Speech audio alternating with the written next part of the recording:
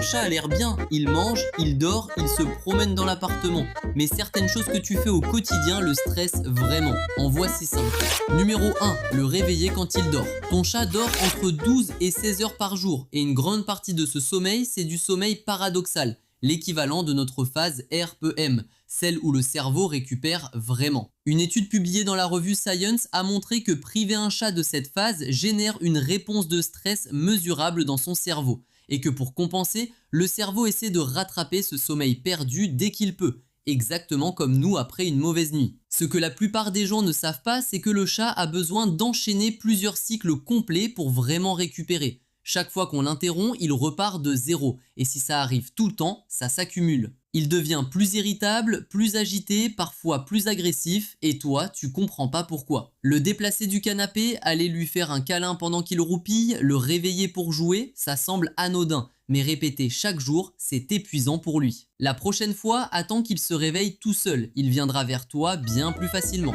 Numéro 2, la lumière artificielle la nuit. Le chat est fait pour être actif à l'aube et au crépuscule et pour se reposer dans l'obscurité. C'est ancré dans sa biologie depuis des millénaires. La lumière bleue des écrans, des ampoules LED, de la télé, elle perturbe sa production de mélatonine, exactement comme la nôtre d'ailleurs. Une étude publiée dans eScience en 2025, menée sur 101 chats, a mesuré leur taux de cortisol, c'est l'hormone du stress, selon les conditions de lumière. Et les chats exposés à une lumière forte le soir avaient des niveaux nettement plus élevés que ceux dans un environnement tamisé. Concrètement, ça veut dire quoi? Que ton appartement allumé comme un sapin de Noël jusqu'à minuit, ça envoie à ton chat le signal qu'il fait encore jour. Son corps est censé se reposer, mais reçoit le message inverse. Sur la durée, ça peut affecter son humeur, son appétit et même ses défenses immunitaires. Tamiser les lumières en soirée, c'est un truc tout simple et ça change vraiment quelque chose pour lui.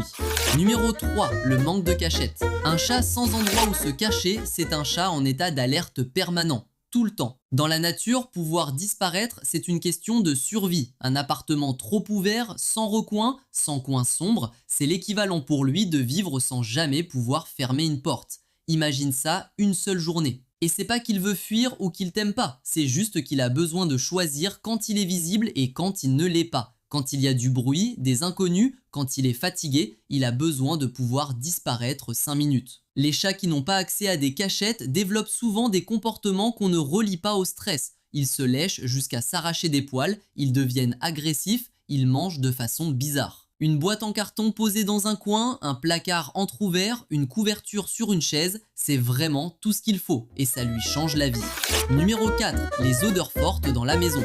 Le nez du chat, c'est 200 millions de récepteurs olfactifs. Le nôtre en a 5 millions. Ce que toi tu trouves juste agréable, une bougie parfumée, un spray d'ambiance, une huile essentielle dans un diffuseur, lui, il le reçoit avec une intensité que tu peux pas vraiment imaginer. C'est comme si quelqu'un te mettait un flacon de parfum directement sous le nez. Les vétérinaires sont clairs là-dessus. La lavande, l'eucalyptus, le titri, des huiles qu'on utilise très souvent à la maison, sont vraiment déconseillées en présence de chats. Certains composés irritent ses voies respiratoires et perturbent son système nerveux à des doses que toi, tu ne percevrais même pas. Les signaux qu'il t'envoie quand quelque chose le dérange, il quitte la pièce dès que tu allumes le diffuseur, il éternue, il reste dans les zones les plus éloignées de la source. Si tu observes ça régulièrement, regarde ce que tu utilises chez toi, aère bien et fais attention à ce que tu diffuses autour de lui.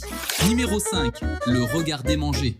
Celui-là, je suis sûr qu'il va te surprendre. Dans la nature, le chat mange seul, vite, à l'abri, personne autour de lui. C'est un chasseur solitaire. Il n'a jamais été fait pour être observé pendant qu'il mange.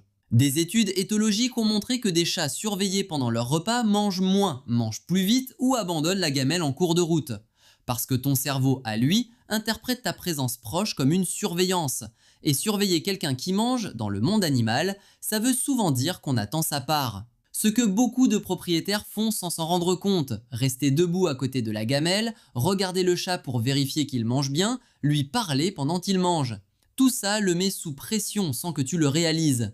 Si ton chat mange peu, s'arrête souvent ou fait des allers-retours à la gamelle, essaie de poser la gamelle et de quitter la pièce. Reviens 5 minutes après. Il y a de bonnes chances que la gamelle soit vide.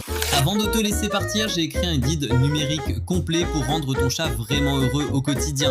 Et une partie des ventes est reversée à des associations de protection animale. Le lien est en description.